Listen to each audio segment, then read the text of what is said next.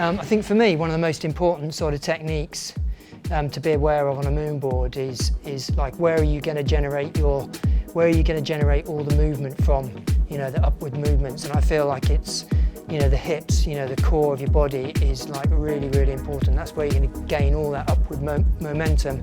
And when you finish a move, when you hit a hold and you're dead pointing, it's the position of your hips that is going to sort of decide whether you're going to hold that hold or not hold that hold.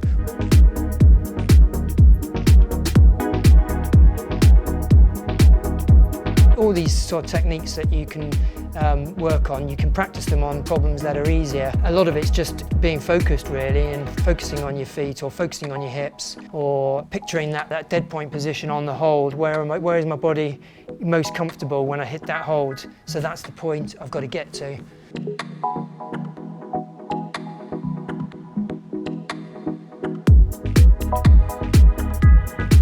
One of the big things on a MoonBoard is, which is why it's such a good training tool, is because there is a lot of cutting loose. So there's a lot of jump into holds, your feet swing off, you hold the swing, you swing back in, get your foot on and you carry on. You've got to anticipate the swing, you've got to realise that you're going to jump for that hold, you're going to swing out in a certain position, be ready to hold it, quickly spot your foothold so you can get your foot back on as soon as you swing back in, because you're not going to be able to, on the hard problems, you're not going to be able to swing back out again. You're just not going to have the time.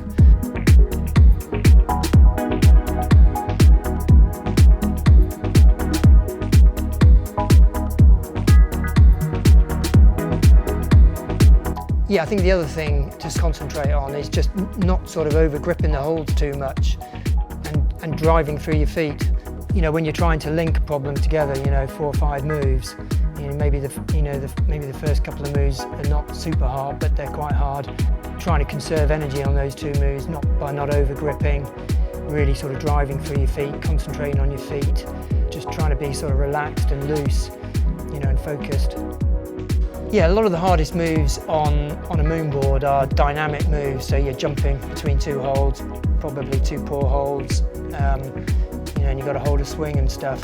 And yeah, a lot of it is about learning that movement, to get between the 2 holds, that dynamic movement, how you're going to generate the sort of the power in the right direction and everything. And I often find it's good not to worry about, when you first start trying a hard move like that, don't worry about like grabbing hold of that hold.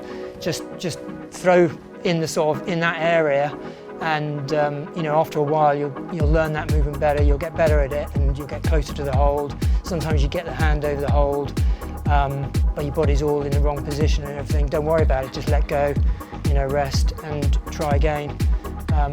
Just don't be inhibited, I suppose, and just practice.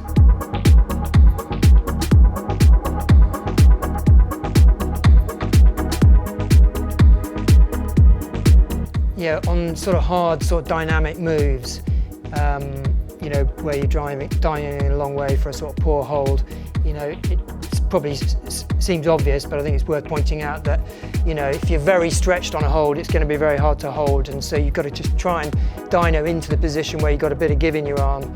It's like your arms and your shoulders are a shock absorber for a split second, so you can absorb those forces, so sort of jump high into that position.